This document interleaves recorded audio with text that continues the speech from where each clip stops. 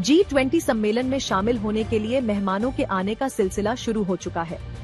Nigeria, Mauritius के राष्ट्राध्यक्षों के अलावा यूरोपियन यूनियन की प्रेसिडेंट दिल्ली पहुंच चुकी है। 8 सितंबर को 21 देशों के राष्ट्राध्यक्ष दिल्ली पहुंचने वाले हैं। ब्रिटेन के प्रधानमंत्री ऋषि सुनक कल दोपहर 1:40 पर और अमेरिका के राष्ट्रपति जो बाइडेन कल शाम 6:55 पर दिल्ली पहुंचेंगे। जकार्ता से आसियान की बैठक में शामिल होकर लौटने के बाद पीएम मोदी ने दिल्ली में G20 की अंतिम तैयारियों को लेकर समीक्षा बैठक की है। G20 सम्मेलन को देखते हुए आज रात से ही भारी, मध्यम और हल्के मालवाहक वाहनों को दिल्ली में प्रवेश करने की अनुमति नहीं होगी। शनिवार से टैक्सियों और ऑटो पर भी प्रतिबंध लागू होंगे। विदेशी मेहमानों की सुरक्षा में करीब 80,000 जवानों के अलावा anti drone system, air defence system, Rafale fighter समेत एयरफोर्स और सेना के हेलीकॉप्टर, हवा में 80 किलोमीटर तक मार करने वाली मिसाइलें भी सुरक्षा के लिए तैनात की गई हैं। दिल्ली एनसीआर में 4 एयरपोर्ट भी अलर्ट मोड पर रखे गए हैं। दक्षिण एशियाई देशों के समूह आसियान की बैठक में प्रधानमंत्री नरेंद्र मोदी ने कहा कि 21वीं सदी एशिया की सदी है। प्रधानमंत्री मोदी ने मुक्त हिंद प्रशांत क्षेत्र की बात कहते हुए आसियान भारत संबंध मजबूत करने के लिए 12 सूत्री सुझाव पेश किया, जिसमें आतंकवाद, टेरर फंडिंग और साइबर दुष्प्रचार के खिलाफ सामूहिक लड़ाई की अपील की। भारत ने मल्टी मॉडल कनेक्टिविटी बढ़ाने, आर्थिक गलियारा बनाने, डिजिटल पब्लिक इंफ्रास्ट्रक्चर स्टैक को आसियान देशों के साथ साझा करने की पेशकश भी की। प्रधानमंत्री मोदी ने डिजिटल भविष्य के लिए आसियान भारत फंड की भी घोषणा की। सनातन बयान विवाद पर तमिलनाडु के मुख्यमंत्री एम.के. स्टालिन ने अपने बेटे उदयनिधि का बचाव किया है। स्टालिन ने कहा कि पीएम मोदी ने बिना उदयनिधि के बयान की जानकारी लिए ही समुचित जवाब देने का कथित बयान दिया है। इस बीच डीएम के नेता ने सनातन धर्म को कोढ़ और HIV जैसी बीमारी बताया। बीजेपी ने सवाल उठाया है कि इंडिया गठबंधन के नेताओं की ओर से सनातन विरोधी नफरती बयान पर सोनिया गांधी, राहुल गांधी और प्रियंका गांधी चुप क्यों हैं? कांग्रेस पार्टी ने डीएम के नेताओं के बयान से खुद को अलग किया है। कांग्रेस पार्टी ने राहुल गांधी की भारत जोड़ो यात्रा के 1 वर्ष पूरे होने पर दावा किया कि इस यात्रा को रोकने के लिए काफी षड्यंत्र किए गए। कांग्रेस पार्टी ने कहा कि भारत जोड़ो यात्रा खत्म नहीं हुई है और जारी रहेगी। इस मौके पर राहुल गांधी यूरोप दौरे पर ब्रुसेल्स में थे। राहुल गांधी वहां यूरोपियन यूनियन के वकीलों और कारोबारियों से मिलने वाले हैं। राहुल पेरिस में सांसदों के साथ बैठकें करेंगे और ओस्लो में सांसदों से भी मुलाकात करने वाले हैं। राष्ट्रीय स्वयंसेवक संघ प्रमुख मोहन भागवत ने एक कार्यक्रम में कहा कि समाज में जब तक असमानता और भेदभाव रहेगा तब तक आरक्षण जारी रहना चाहिए। संघ प्रमुख ने एक सवाल के जवाब में कहा है कि संघ की संस्कृति है कि वे राष्ट्र और राष्ट्र ध्वज के सम्मान के लिए प्राण न्यौछावर करने से पीछे नहीं रहेंगे। इस पर कांग्रेस नेता अधीर रंजन ने टिप्पणी की है कि संघ प्रमुख बताएं कि आरएसएस मुख्यालय पर कब तिरंगा फहराया जाएगा। आज की और इस साल की सबसे बड़ी खबर यह है कि देश की राजधानी दिल्ली अब G20 समिट के लिए पूरी तरह से तैयार है और अगले 3 दिन दुनिया के 29 बड़े देशों का संचालन इसी दिल्ली शहर से होने वाला है, जिनमें अमेरिका से लेकर France, Italy, Germany, Britain, Canada, Japan, दक्षिण कोरिया, ऑस्ट्रेलिया, सऊदी अरब और बांग्लादेश जैसे देशों के राष्ट्र प्रमुख दिल्ली में मौजूद रहेंगे या फिर इनके बड़े बड़े नेता दिल्ली में मौजूद रहेंगे। 9 और 10 सितंबर को होने वाला यह समिट कितना भव्य और विशाल होगा, इसे आज आप कुछ आंकड़ों से समझ सकते हैं, क्योंकि आप सब होस्ट कंट्री के नागरिक हैं, मेजबान देश के आप नागरिक हैं, इसलिए आपको भी तो पता होना चाहिए कि आपके देश में क्या हो रहा है और जो हो रहा है ये इतना भव्य, इतना विशाल कैसे है। तो इस समिट में कुल मिलाकर 10,000 विदेशी डेलीगेट शामिल होने वाले हैं, जबकि G20 के 19 स्थायी देशों के अलावा इस बार 9 अन्य देशों के राष्ट्र प्रमुख इस समिट में हिस्सा लेने के लिए भारत आ रहे हैं और इनमें Bangladesh, Egypt, Netherlands, Oman, Singapore, Spain, UAE और मॉरिशस जैसे देश शामिल हैं। इन सब के मिलाकर 10,000 डेलीगेट्स भारत में आएंगे। इस समिट के दौरान विदेशों से 50 से ज्यादा VVIP जेट्स दिल्ली आने वाले हैं, जिनमें अमेरिका का एयरफोर्स 1 विमान भी होगा। यह वो विमान है जिसमें अमेरिका के राष्ट्रपति जो बाइडेन कल अमेरिका से दिल्ली आएंगे और जो एयरफोर्स 1 है वो अमेरिका के राष्ट्रपति का विमान होता है, जिसके बारे में आपने बहुत किस्से कहानियां सुने होंगे। इसके अलावा इस समिट में एक कार्गो विमान भी शामिल है जो आज ही दिल्ली आया है, और इस कार्गो विमान में उस कार को अमेरिका से दिल्ली लाया गया है जिस कार में राष्ट्रपति जो बाइडेन एयरपोर्ट से अपने होटल जाएंगे और फिर अपने होटल से G20 के समिट के लिए भारत मंडपम कन्वेंशन सेंटर वो जाएंगे। उनकी एक विशेष कार यहां पर आएगी। इस कार को अमेरिका में फर्स्ट कार या द बीस्ट कहकर बुलाया जाता है, और इस कार की खासियत यह है कि यह पूरी तरह से बुलेट प्रूफ तो है ही, लेकिन इस पर न्यूक्लियर और केमिकल वेपन्स का भी कोई असर नहीं होता।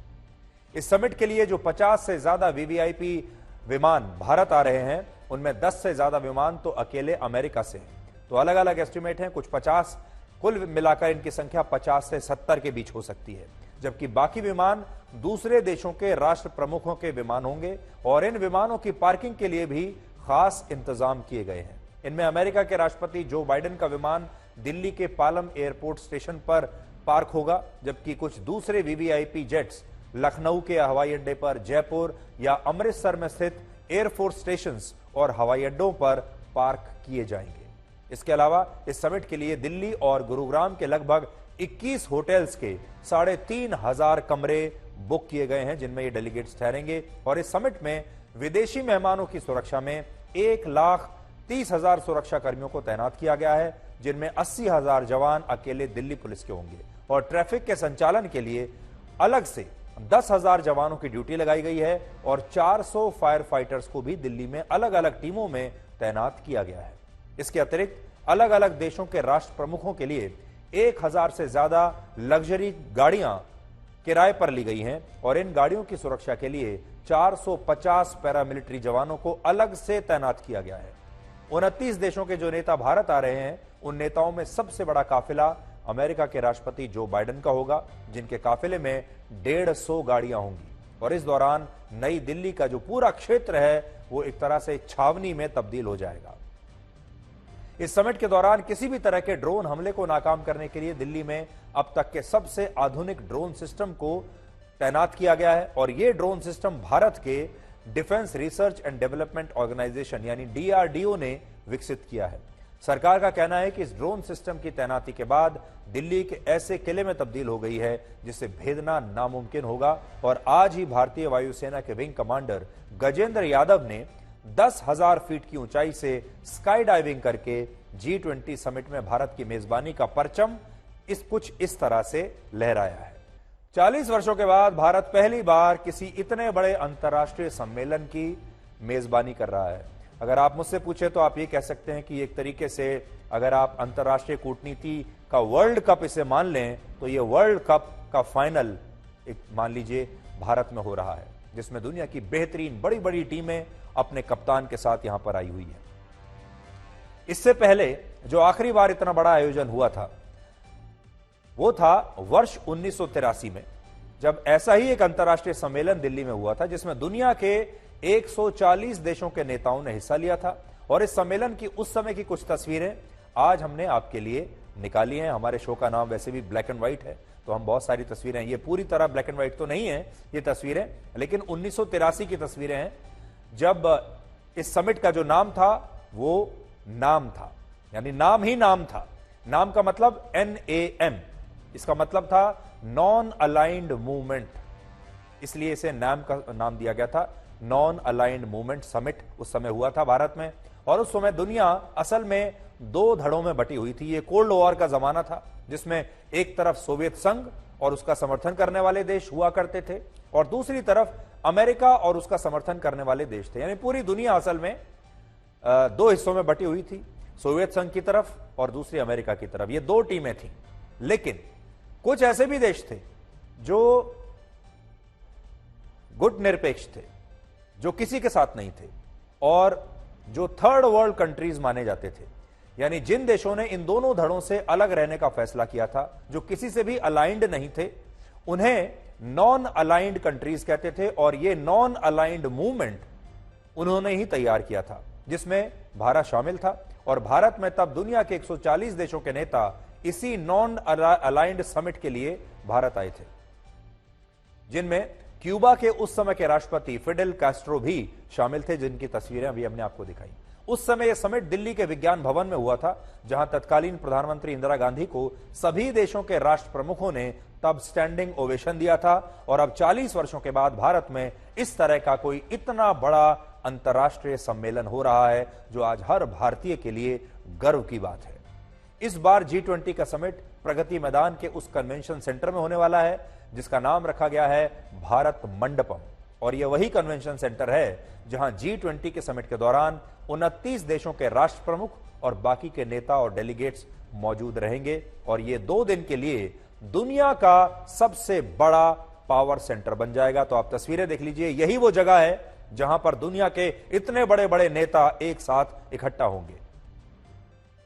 भारत मंडपम के बाहर भारतीय संस्कृति को दर्शाती नटराज की एक प्रतिमा स्थापित की गई है, जो 27 फीट लंबी है। और यह दुनिया में नटराज की अब तक की सबसे ऊंची प्रतिमा है। इसका वजन 20 टन है, जिसे अष्ट धातु यानी 8 तरह के धातुओं से तैयार किया गया है। नटराज भगवान शिव का ही एक रूप है, जिनमें भगवान शिव के तांडव नृत्य की झलक मिलती है। और भारत अपनी इसी संस्कृति को G20 के मंच पर पूरी दुनिया के सामने प्रस्तुत कर रहा है। G20 से पहले दिल्ली कैसी दिख रही है, उसे आज आप हमारी इस रिपोर्ट में हमारे रिपोर्टर्स की नजरों के जरिए देख सकते हैं।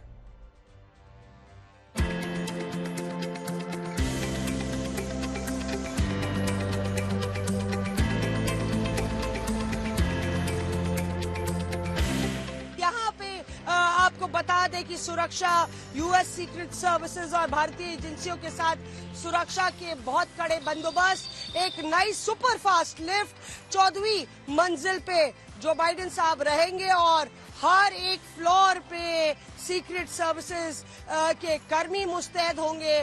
400 कमरे बुक कराए गए हैं।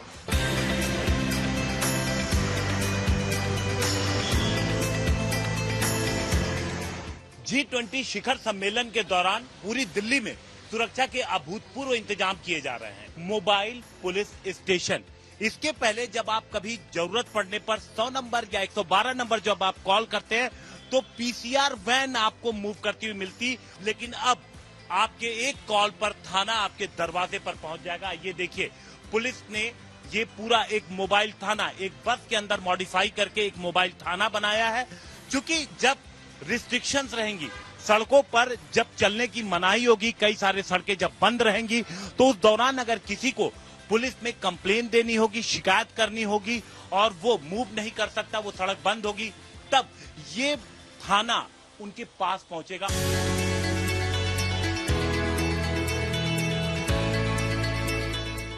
इस वक्त मैं राम मनोहर लोहिया अस्पताल में मौजूद हूं और आरएमएल अस्पताल को पूरी तरह से तैयार कर दिया गया है। आर्मी ने भी एक हिस्से को टेक ओवर कर दिया गया है।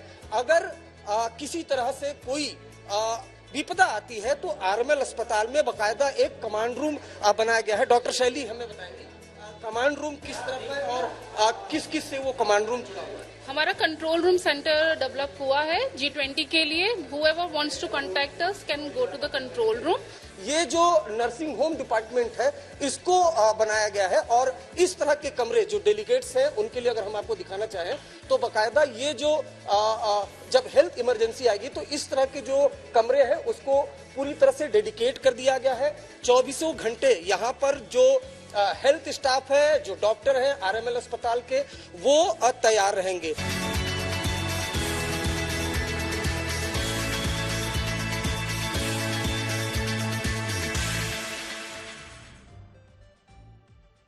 G20 समिट के दौरान नई दिल्ली क्षेत्र में बहुत सारी तरह की पाबंदियां लगाई गई हैं, जिनमें ऑनलाइन फूड ऑर्डर्स बंद रहेंगे, ऑनलाइन कैब्स और ऑनलाइन डिलीवरी को भी नई दिल्ली के क्षेत्र में संचालन की मंजूरी इस दौरान नहीं होगी। तो इसलिए अगर आप इन इलाकों में रहते हैं तो आप ना तो फूड अपना खाना ऑनलाइन ऑर्डर कर पाएंगे और ना ही ऑनलाइन कैब्स आपको मिलेंगी। और ये पाबंदी 8 से 10 सितंबर तक रहेगी। तो ये खास तौर पर जो दिल्ली के लोग हैं उनके लिए ये जानकारी। अब आपको आज की एक शानदार तस्वीर दिखाते हैं और आप ये कह सकते हैं कि ये आज के युग की तस्वीर है। ये एक तरीके से अमृतकाल की तस्वीर है। आज शाम को जब प्रधानमंत्री नरेंद्र मोदी इंडोनेशिया के जकार्ता से वापस नई दिल्ली लौटे तो ये पूरा दृश्य भारत नाम की कहानी को बयां कर रहा था। देखिए, इस तस्वीर में असल में सब कुछ है। प्रधानमंत्री मोदी जब विमान से उतर रहे थे, ये उनका औपचारिक विमान है जिसमें वो ट्रेवल करते हैं, और इस विमान पर वही भारत लिखा था जिसका अभी हमारे ही देश के कुछ लोग विरोध कर रहे हैं। इस तस्वीर का मतलब आप ये भी लगा सकते हैं कि भारत का उदय हो रहा है, ये भारत का समय है। और हमारे ही देश के लोग आजकल ये कह रहे हैं कि वो भारत नहीं बल्कि इंडिया चाहते हैं। कुछ नेता ऐसा कह रहे हैं, हालांकि आम जनता तो यही कहती है कि वो भारत को चाहते हैं। लेकिन इस राजनीति से अलग ये तस्वीर आज हजारों शब्दों को एक साथ एक तस्वीर में बयान कर रही है। देखिए, ये है आज के युग की तस्वीर जो इस समय आपके सामने है।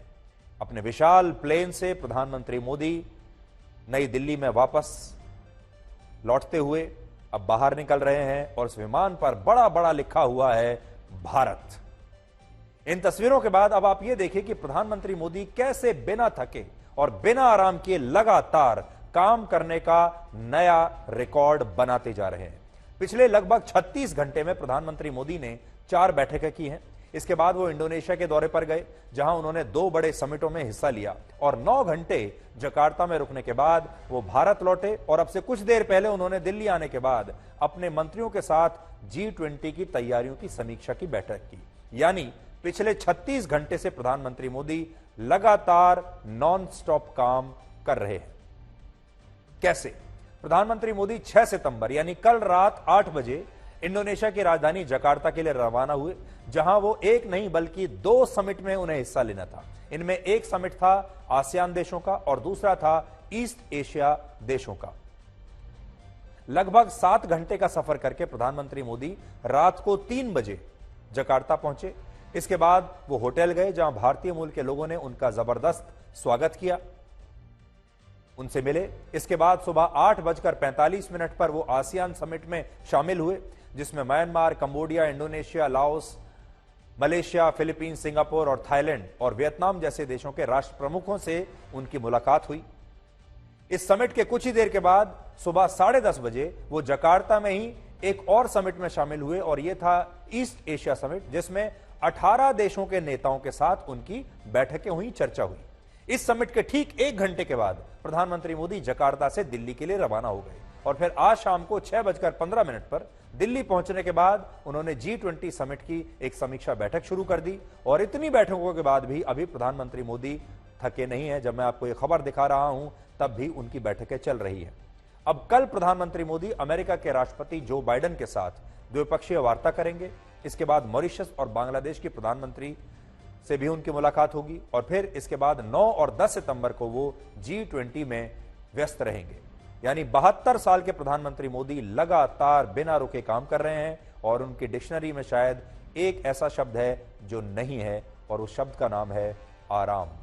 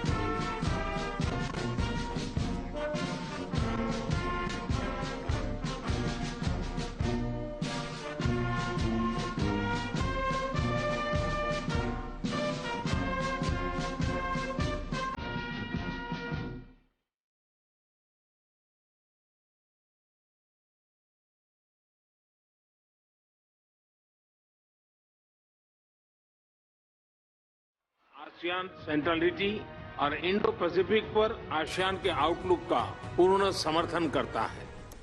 नमस्कार।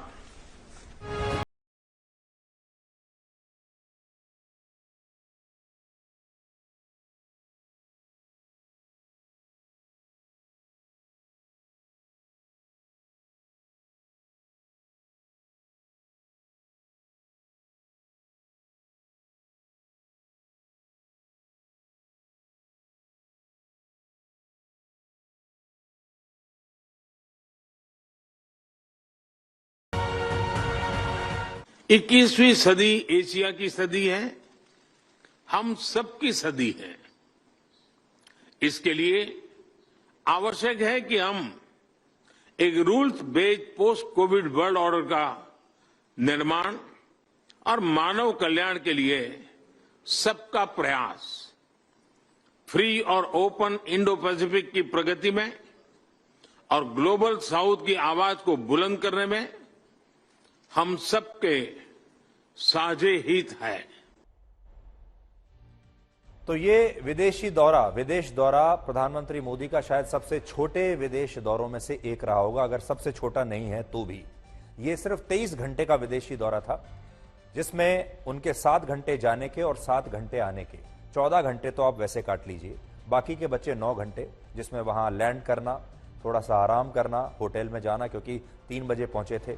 और उस 9 घंटे के दौरान वो एक नहीं बल्कि उन्होंने 2 समिट्स में हिस्सा लिया, बैठकें की, भाषण दिए, और फिर उसके बाद 23 घंटे के अंदर अंदर ही वो वापस भारत लौट आए।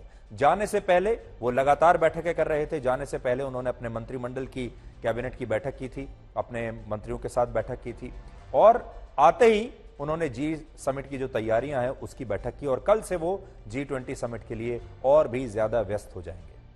G20 समिट के दौरान भारत सरकार हमारी संस्कृति और सनातन धर्म को दुनिया के सामने अपनी पहचान के रूप में पेश कर रही है। चाहे वो G20 की टैगलाइन हो, जो है वसुधैव कुटुंबकम, या भारत मंडपम के आसपास हिंदू देवी देवताओं की तस्वीरें और प्रतिमाएं हो, हर जगह G20 के विदेशी डेलीगेट्स का परिचय सनातन धर्म से, हिंदू संस्कृति से, भारत की संस्कृति से कराया जा रहा है। और इस पर हमें कोई शर्मिंदगी की विषय नहीं है, बल्कि गर्व का विषय है, क्योंकि यह अमृत काल है। लेकिन दुर्भाग्य यह है कि हमारे ही देश के कुछ विपक्ष के नेता इस समय भी हर रोज लगातार सनातन धर्म का अपमान कर रहे हैं। उदयनिधि स्टालिन के बाद आज डीएमके पार्टी के, यानी उन्हीं की पार्टी के एक और नेता और लोकसभा सांसद ए राजा ने कहा है कि उदयनिधि स्टालिन ने सनातन धर्म की तुलना डेंगू और मलेरिया से करके उसकी आलोचना कम की थी। वो तो सनातन धर्म को HIV, एड्स और कुष्ठ रोग के जैसा मानते हैं, जिसे मिटाना बेहद ही जरूरी है। ए राजा यूपीए की सरकार में मंत्री रह चुके हैं, बाद में भ्रष्टाचार के आरोप में जेल भी गए थे, और सोचिए आज जनता के सामने वो ये सारी बातें कर रहे हैं। आपको याद होगा 2G घोटाला जब हुआ था, वो ए राजा के नाक के नीचे ही हुआ था, और उसमें वो एक आरोपी थे। ए राजा के अलावा बिहार में लालू प्रसाद यादव की पार्टी के अध्यक्ष जगदानंद सिंह ने भी सनातन धर्म पर सवाल उठाए हैं, और उनकी पार्टी भी विपक्ष के इंडिया गठबंधन का एक हिस्सा है। सनातन धर्म पर उदयनिधि का रुख बहुत नरम था। इसकी तुलना सामाजिक कलंक वाली कुछ बीमारियों से की जानी चाहिए, जबकि उदयनिधि ने इसकी तुलना डेंगू और मलेरिया से की है। सनातन धर्म की तुलना HIV और कुष्ठ रोग जैसी बीमारियों से होनी चाहिए। भारत गुलाम किसके समय में हुआ, किनके समय में भारत गुलाम हुआ? क्या गरीबों का उस समय कोई पूछने, गरीबों को पूछने वाला था? क्या उसमें कोई मोदी ठाकुर थे? क्या उसमें लालू प्रसाद जी थे? क्या उसमें डॉक्टर रावत भैया किले में बांध अब टीका लगा के घूमने वाले ने भारत को गुलाम बनवाया? तो देखिए, सनातन धर्म पर एक तरह का सीरियल हमला हो रहा है। एक के बाद एक हर रोज कोई नया नेता बाहर निकलता है और सनातन धर्म का अपमान करता है, उस पर हमला करता है। इससे भी बड़े दुर्भाग्य की बात यह है कि सनातन धर्म का अपमान करने वाले सारे लोग भारत के ही लोग हैं। उससे भी बड़ी बात यह है, सनातन धर्म को मानने वाले और हिंदू धर्म को मानने वाले लोग ही इसका अपमान कर रहे हैं। ये अपमान इस्लाम को मानने वाले नहीं कर रहे, ये अपमान ईसाई धर्म को मानने वाले नहीं कर रहे, सिख धर्म या किसी और धर्म को मानने वाले नहीं कर रहे। सनातन धर्म के अपने लोग ही हिंदू धर्म के अपने लोग ही अपने ही धर्म का लगातार अपमान कर रहे हैं। इस बात को आपको भूलना नहीं चाहिए, नोट करके रखना चाहिए। यह सबसे बड़ा दुर्भाग्य है। विपक्ष के इंडिया गठबंधन के नेता ऐसे समय में सनातन धर्म के खिलाफ ये जहर उगल रहे हैं जब भारत में G20 समिट के लिए 29 देशों के राष्ट्राध्यक्ष और नेता दिल्ली में आने वाले हैं। और जब किसी देश में ऐसा कोई समिट होता है तो इन राष्ट्राध्यक्षों के साथ उनके देश का मीडिया भी आता है, दूसरे डेलीगेट्स भी आते हैं। अब सोचिए, एक तरफ तो भारत अपने सनातन धर्म के वसुदेव कुटुंबकम वाले विचार को G20 के इतने विशाल मंच पर लेकर जा रहा है, दूसरी तरफ हमारे ही देश के विपक्षी नेता सनातन धर्म को एक बीमारी मानकर मिटाने की बात कर रहे हैं। और जब ये सारी बातें G20 देशों के जो नेता हैं, बड़े बड़े राष्ट्राध्यक्ष हैं, वहां का मीडिया जब यहां आएगा, यहां के अखबारों की हेडलाइंस देखेगा, तो वो भारत के बारे में क्या सोचेगा, भारत में रहने वाले लोगों के बारे में क्या सोचेगा, भारत के इन नेताओं के बारे में क्या सोचेगा। ये नेता शायद इस बात को भी सोचते नहीं। उत्तर प्रदेश के मुख्यमंत्री योगी आदित्यनाथ ने आज कहा कि सनातन धर्म का अंत नहीं है, इसे जब मुगल नहीं मिटा पाए तो विपक्ष के इंडिया गठबंधन के नेता इसे कैसे मिटा पाएंगे, इसका अंत संभव नहीं है।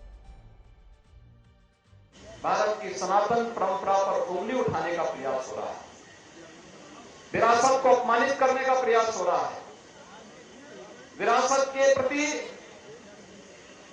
समाज की दृष्टि को कमतर करने का कुत्सित प्रयास हो रहा है। लेकिन इनसे सब भूल गए कि जो सनातन नहीं मिटा था, रावण के अहंकार से जो सनातन नहीं टिका था, कंस के हुंकार से जो सनातन नहीं मिटा था, बाबर और औरंगजेब के अत्याचार से, वह सनातन इन तुच्छ सत्ता परजीवी जीवों से क्या मिट पाएगा। आज इनको स्वयं अपने कृत्यों पर लज्जित होना चाहिए।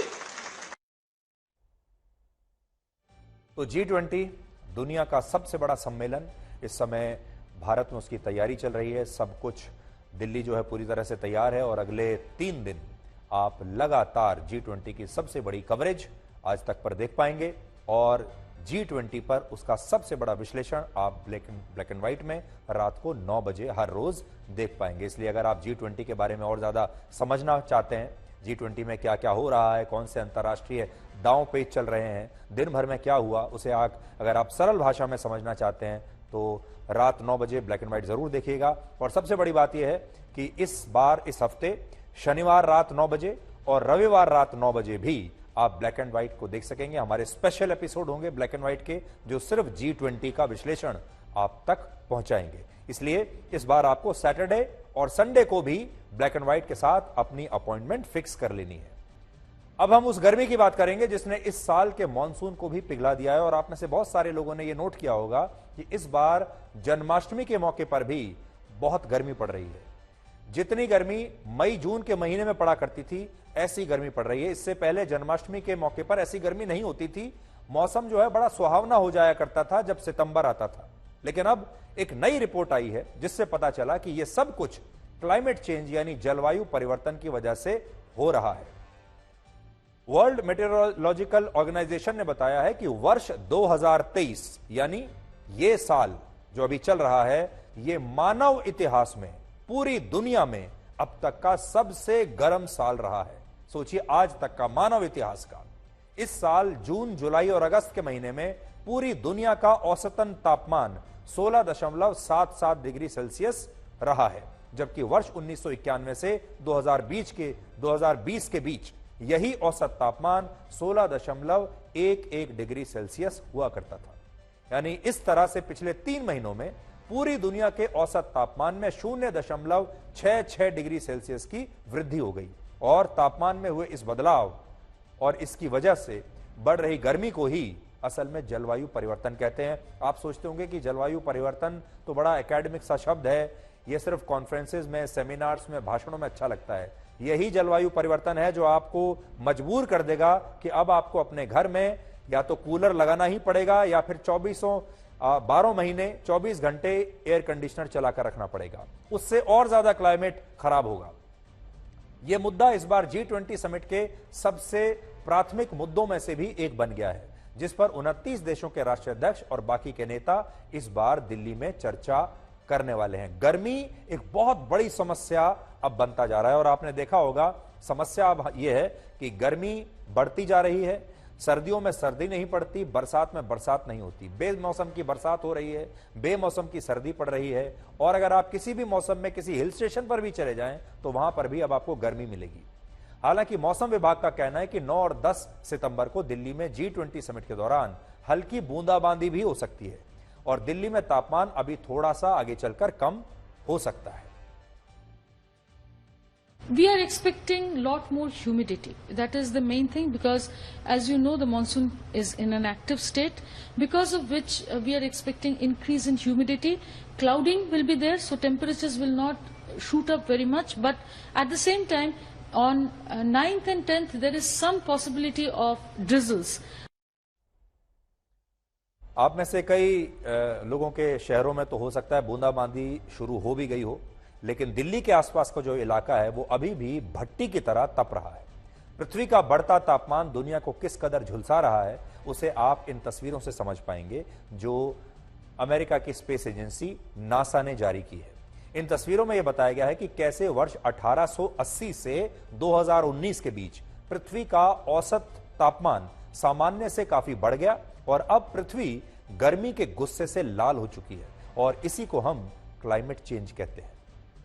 वर्ष 2016 से 2022 के बीच दुनिया के कई देशों में हीट वेव के नए नए रिकॉर्ड बने हैं और भारत में भी कुछ ऐसा हुआ है जब कुछ जगहों पर तापमान 51 डिग्री सेल्सियस तक पहुंच गया। और अगर यह तापमान ऐसे ही बढ़ता रहा और गर्मी का गुस्सा शांत नहीं हुआ तो भारत के लिए यह भीषण गर्मी सबसे बड़ी चुनौती बन सकती है। और वो इसलिए बन सकती है क्योंकि भारत के जो ज्यादातर लोग हैं, आधे से ज्यादा जो हमारी आबादी है, आज भी घर से और दफ्तर से बाहर सड़कों पर, खेतों में या आउटडोर किसी भी प्रकार का काम करते हैं। हमारे यहाँ जो हमारा जो श्रमिक वर्ग है, और अगर हमारे देश में ऐसी ही गर्मी पड़ने लगी, जब 45-50 डिग्री तक से टेम्परेचर चला जाएगा, तो आप सोचिए ऐसे तमाम लोग जो बाहर जाकर काम करते हैं, खेतों में काम कर रहे हैं, सड़कों पर काम कर रहे हैं और मैदानों में काम कर रहे हैं, उनका क्या हाल होगा। हमारी जो कार्य क्षमता है वो बहुत गिर जाएगी। दूसरी बड़ी बात यह है कि जब आप वापस अपने घर में भी जाएंगे तो इतनी गर्मी होगी कि रात में आप सो नहीं पाएंगे और इससे बचने के लिए लोग या तो कूलर लगाएंगे, पंखा तो लगाना है ही, पंखे से काम नहीं चलेगा, या कूलर लगाएंगे या एसी लगाएंगे। उससे एक तो आपका खर्चा बढ़ेगा, लेकिन दूसरी बात यह है कि जिस क्लाइमेट चेंज को हम ठीक करने की कोशिश कर रहे हैं उससे कार्बन उत्सर्जन और ज्यादा बढ़ेगा और फिर ये क्लाइमेट चेंज और ज्यादा आपको प्रभावित करेगा। इसलिए ये एक बहुत ही खतरनाक बात है। अब हम आपको एक दुखद खबर दिखाने वाले हैं जो हम चाहेंगे कि देश का हर परिवार आज जरूर देखे। अगर आप भी अपने घरों में टीवी पर देख रहे हैं तो अपने परिवार को बुला लीजिए, बच्चों को भी खास तौर पर बुला लीजिए। अगर आप हमें मोबाइल फोन पर देख रहे हैं या कहीं सोशल मीडिया पर देख रहे हैं तो भी ये खबर ध्यान से देखिएगा और बाद में आप इस खबर को शेयर कर सकते हैं। दिल्ली के पास गाजियाबाद में एक 14 साल के बच्चे को एक पालतू कुत्ते ने काट लिया। बच्चे ने डर के मारे अपने परिवार को इसकी जानकारी नहीं दी क्योंकि बच्चा बहुत डर गया था। उसे लगा अगर परिवार को बताऊंगा तो बहुत डांट पड़ेगी, इसलिए उसने कुछ नहीं बताया। कुछ ही दिन के बाद बच्चे को रेबीज का इन्फेक्शन हो गया और यह बच्चा तड़प तड़प कर अपने पिता की गोद में उसकी मौत हो गई। और यह उसी समय की तस्वीर है जो मैं आपको दिखाने वाला हूं, जब इस बच्चे ने एम्बुलेंस में अपने पिता की गोद में तड़प तड़प कर दम तोड़ दिया था। आगे बढ़ने से पहले, ये कहानी सुनने से पहले ये वीडियो देख लीजिए। अब ये जो वीडियो आपने देखा, मैं आपको थोड़ी देर में इस वीडियो को दोबारा दिखाऊंगा। ये बच्चे की मृत्यु से पहले का वीडियो है। देखिए, एक बार और आप देख लीजिए, फिर हम आगे बढ़ते हैं। मैं आपको पूरी स्क्रीन पर इस बच्चे की हालत देखिए पहले आप।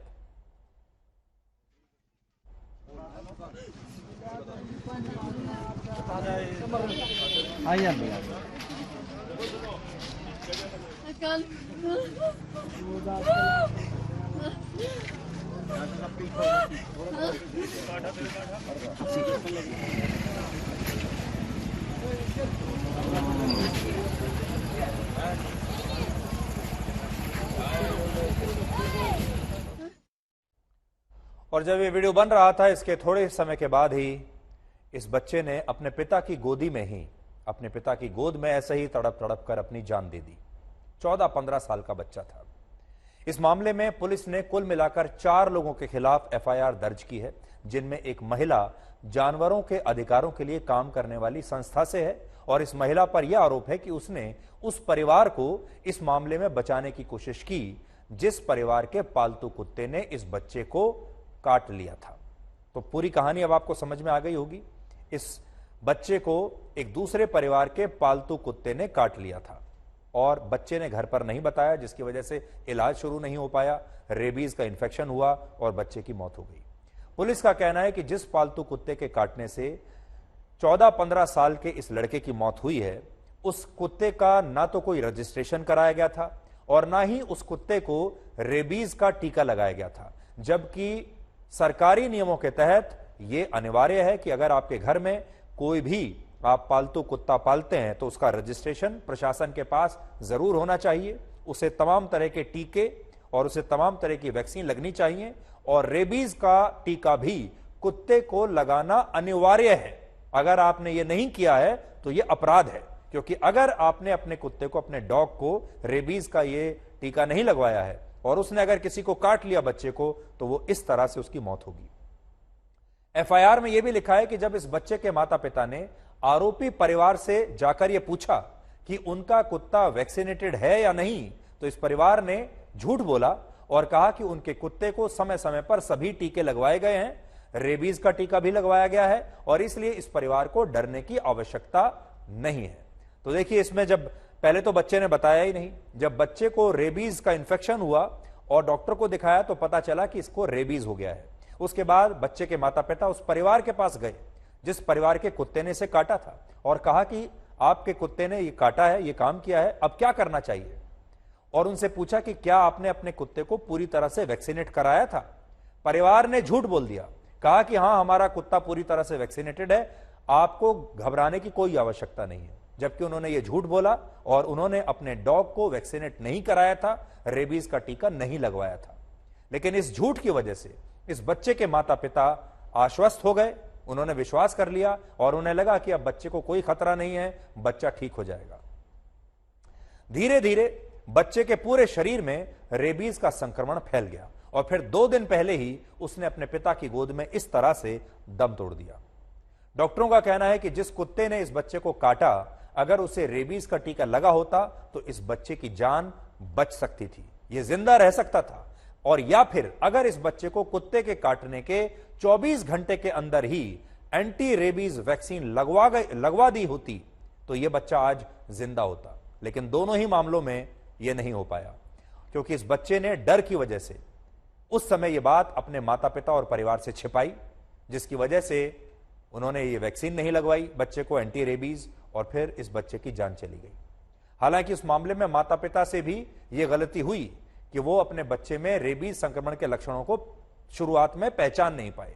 पिछले 3 हफ्तों से इस बच्चे के सिर में लगातार दर्द हो रहा था, गले में खराश हो रही थी, पानी तक पीने में इस बच्चे को परेशानी हो रही थी और यह बच्चा सो भी नहीं पा रहा था। लेकिन इसके बावजूद इस बच्चे के माता पिता यह समझ नहीं पाए कि शायद वो किसी गंभीर बीमारी से गुजर रहा है। इससे भी बड़ी बात यह है कि अगर इस बच्चे के अंदर अपने माता पिता की डांट का इतना ज्यादा डर ना होता तो शायद ये पहले दिन ही आते ही उन्हें बता देता कि उसे गली में खेलते समय पड़ोस के कुत्ते ने काट लिया है और शायद इससे इस बच्चे की जान बच जाती। लेकिन दुर्भाग्य यह है कि इस बच्चे ने ये बताया भी नहीं। हम गए, मैं बोली बुखार चढ़ रहा दिखा ऐसा, उन्होंने कहा हाँ, हमारी बहू बोली, उन्होंने कहा हाँ बुखार चढ़ रहा ऐसा। मैं बोली अरे साहब ठीक है, तो बोला ना। मैं बोली कुछ दिखाई दे रहा है तुझे? ना, मुझे ना दिखाई दे रहा। फिर उन्होंने कहा पानी मांगे, पानी नहीं जा रहा इसके अंदर। मैं बोली लब मैं पिला के देखूं। पानी मांगा उसने तो उन्होंने फुरेरी ली, वो मुंह में तो लग गया नहीं, और इतनी जोर जोर से चीख मारी उसने तो बहुत ज्यादा, तो पानी नीचे गिर गया हाथ में से गिलास। MMG हॉस्पिटल ले गए थे, MMG वालों ने मना कर दिया था उसे यहाँ से ले जाओ। फिर उसे दिल्ली एम्स में ले गए, एम्स वालों ने मना कर दिया। फिर GTV और तुम्हारा एक हॉस्पिटल हो रहा पटेल, उसमें और ले गए थे। तो पटेल वालों ने बोला हम तो 2-3 दिन से कोठरी में रखेंगे, ठीक है जी, जब ये खत्म हो जाएगा बच्चा आपको दे देंगे। वहाँ तो ऐसे होता, इसलिए हम अपने घर पे ले आए, उसे गाँव में ले आए थे। गाँव में लाने के बाद आधे घंटे बाद बच्चा खत्म हो गया था हमारा।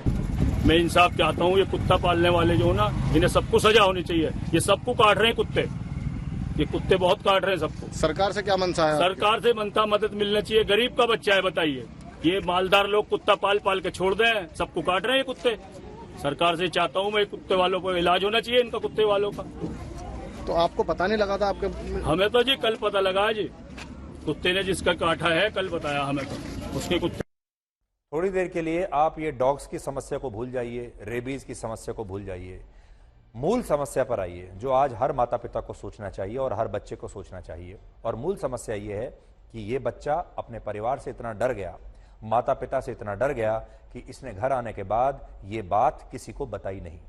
ये मूल समस्या आज है जिसे हर परिवार को, जिसके बारे में सोचना चाहिए। इसलिए आप अपने बच्चे से हमेशा बात कीजिए और कम से कम आप ये सुनिश्चित कीजिए, भगवान ना करे आपके बच्चे के साथ कभी ऐसा कुछ हो, लेकिन तो भी आपको अपने बच्चे को यह जरूर बताकर रखना है कि अगर कोई भी उसके साथ, उसके जीवन में ऐसी कोई परेशानी होती है, उसके जीवन में ऐसी कोई वारदात होती है, तो उसे सबसे पहले अपने माता पिता को यह बात सच सच आकर बतानी है। चाहे माता पिता उसे कितना भी डांटें, कितनी भी उसकी पिटाई करें, लेकिन बच्चे को यह बात अपने परिवार, माता पिता को बतानी चाहिए। माता पिता को नहीं बता सकता तो अपने किसी बड़े भाई बहन को बता सकता है, या घर में किसी और सदस्य को जिसके साथ वो कंफर्टेबल फील करता है उसे बचा सकता है। इसलिए यह हर परिवार के लिए एक बहुत बड़ी सीख है, और अगर इस परिवार ने भी यह किया होता तो इनका बच्चा आज जिंदा होता।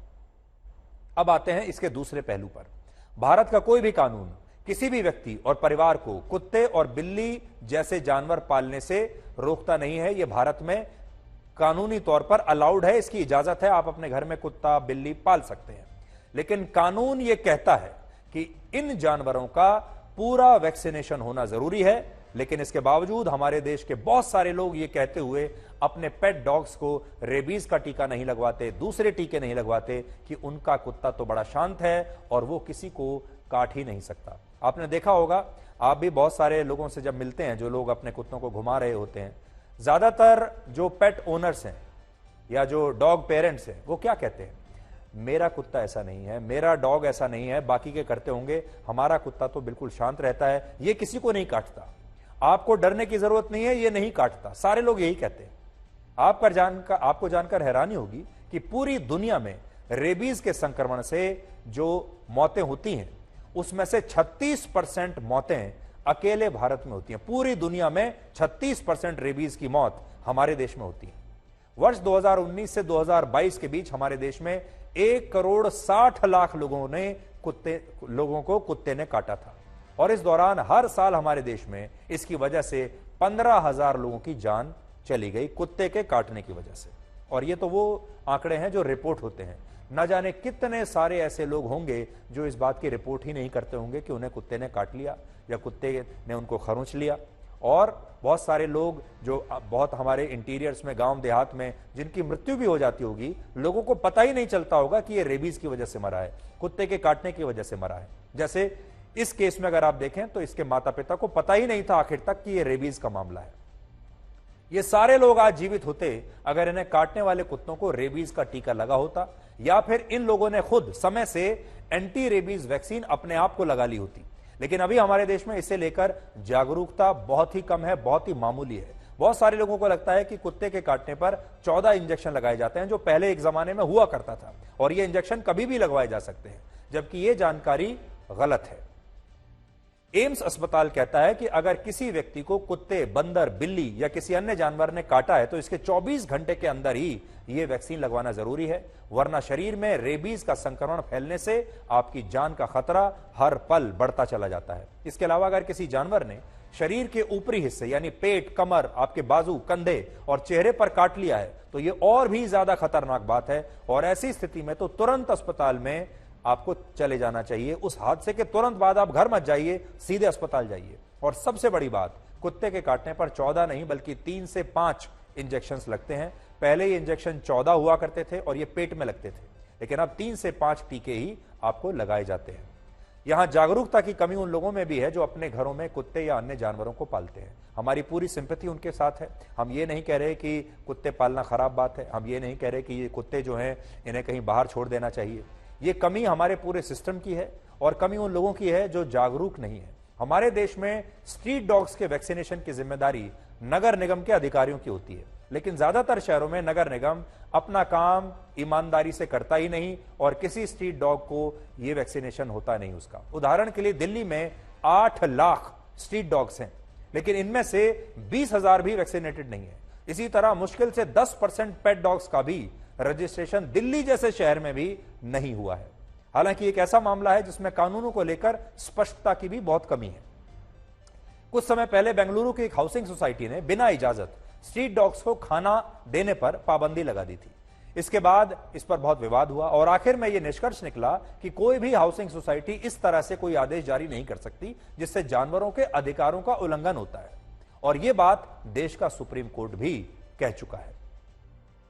सुप्रीम कोर्ट के एक फैसले में कहा गया कि स्ट्रीट डॉग्स को रिलोकेट यानी एक जगह से दूसरी जगह शिफ्ट करना गलत है और जो कुत्ते जहां रह रहे हैं उन्हें वहीं पर रहने की इजाजत मिलनी चाहिए। असल में अगर आप इस पूरे मामले को देखें तो आपको पता चलेगा यहां जानवरों की कोई गलती नहीं है। अगर कहीं भी कोई कमी है तो वो कमी है हमारे सिस्टम की और जागरूकता की। आपने कभी सोचा है हमारे देश में स्ट्रीट डॉग्स का स्वभाव इतना आक्रामक क्यों है? आप जाते हैं गली में, बहुत सारे कुत्ते होते हैं, वो आपके ऊपर भौंकते हैं, आपका पीछा करते हैं, गुस्से में रहते हैं। इसका सबसे बड़ा कारण यह है कि इन बेजुबान जानवरों को कई कई दिन तक खाने पीने के लिए कुछ नहीं मिलता और जो लोग सड़कों और गलियों से गुजरते हैं उनमें भी बहुत ऐसे होते हैं जो इन्हें कुछ ना कुछ नुकसान करके इन्हें मारकर भगा देते हैं और इनके खिलाफ हिंसा करते हैं। इसलिए सोचिए, जब इन्हें खाना नहीं मिलेगा, कई कई दिन तक भूखे प्यासे रहेंगे, इनके साथ लगातार बुरा व्यवहार होगा और इनके रहने की कोई जगह नहीं, तो ये स्ट्रीट डॉग्स सामान्य कैसे रह सकते हैं, शांत कैसे रह सकते हैं? दूसरी बात, पिछले कुछ समय में अलग अलग शहरों और राज्यों में पेट डॉग्स और स्ट्रीट डॉग्स को लेकर कुछ नियम बने हैं, लेकिन इन नियमों का कोई भी पालन नहीं करता। ना तो लोगों को नियमों के बारे में पता है, यहां तक कि सरकारी लोगों को भी नहीं पता। जैसे दिल्ली के पास नोएडा में यह नियम है कि कोई भी व्यक्ति हाउसिंग सोसाइटी की लिफ्ट में या उसके परिसर में बिना मास्क के अपने पेट डॉग को नहीं घुमा सकता, लेकिन इसके बावजूद ज्यादातर लोग इस नियम को गंभीरता से नहीं लेते। इसी तरह ट्रेनों में अगर कोई व्यक्ति अपने पेट डॉग या अन्य जानवर के साथ सफर करता है तो नियमों के मुताबिक उसे ट्रेन के फर्स्ट क्लास का टिकट लेना होता है और इसके लिए उसे रेलवे को यह बताना होता है कि उनके पेट डॉग को रजिस्ट्रेशन और उसका वैक्सीनेशन हो चुका है। लेकिन कुछ मामलों में लोग इन नियमों का भी उल्लंघन कर देते हैं। इसलिए आज हम सरकार से यह मांग करेंगे कि उसे इस विषय के बारे में बहुत ही गंभीरता से सोचना चाहिए और लोगों को भी अपनी जिम्मेदारी और अपने अधिकारों के साथ जानवरों के अधिकारों के बारे में भी पता होना चाहिए। ये बहुत आवश्यक है। आपने देखा होगा आजकल बड़ी संख्या में इस तरह की घटनाएं हो रही हैं। आपने अपने व्हाट्सएप पर, फेसबुक पर या इंस्टाग्राम पर ऐसे बहुत सारे वीडियोस देखे होंगे जहां पर लोग जा रहे हैं अपने स्कूटर पर, स्कूटी पर। अभी मैं देख रहा था एक महिला जा रही थी स्कूटी पर और स्ट्रीट डॉग्स ने उसका पीछा किया और उसका एक्सीडेंट हो गया। इसी तरह और भी बहुत सारे वीडियोज आपने देखे होंगे। ये समस्या दोनों तरफ से है। इसका ब्लैक एंड व्हाइट विश्लेषण अगर आप करने जाएंगे, गलती दोनों ही तरफ से है और नहीं है तो किसी की भी नहीं है। अब बड़ी बात यह है, ये क्यों होता है? ये स्ट्रीट डॉग्स गुस्से में क्यों रहते हैं? क्योंकि इंसानों ने इनके रहने की जगह छीन ली है।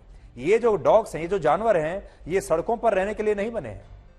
प्रकृति ने इनके लिए अलग जगह रखी थी, आज उस जगह पर इंसानों ने कब्जा कर लिया। आज इंसान, इनके लिए जो जगह बनी थी, इंसान वहां पर रह रहा है और इंसान इन्हें ना खाने पीने के लिए देता है, ना ही इनके साथ अच्छा व्यवहार करता है और इसलिए ये सब हो रहा है। इसलिए इसका एक बहुत ही परमानेंट सॉल्यूशन और इसे लेकर सख्त कानून और जागरूकता की बहुत ही ज्यादा आवश्यकता है। श्री कृष्ण जन्माष्टमी है। आप सबको सबसे पहले तो बहुत बहुत बधाई। और इस मौके पर आपसे एक विचार साझा करना चाहता हूं। पहली गाली पर सिर काटने की शक्ति होने के बाद भी अगर 99 और गाली सुनने का सामर्थ्य है तो वो कृष्ण है। सुदर्शन जैसा शस्त्र होने के बाद भी अगर हाथ में हमेशा मुरली है तो वो कृष्ण है। द्वारका का वैभव होने के बाद भी अगर सुदामा जैसा मित्र है तो वो कृष्ण है। और सर्व सामर्थ्य होने के बाद भी अगर सारथी बनना आता हो तो वो कृष्ण है।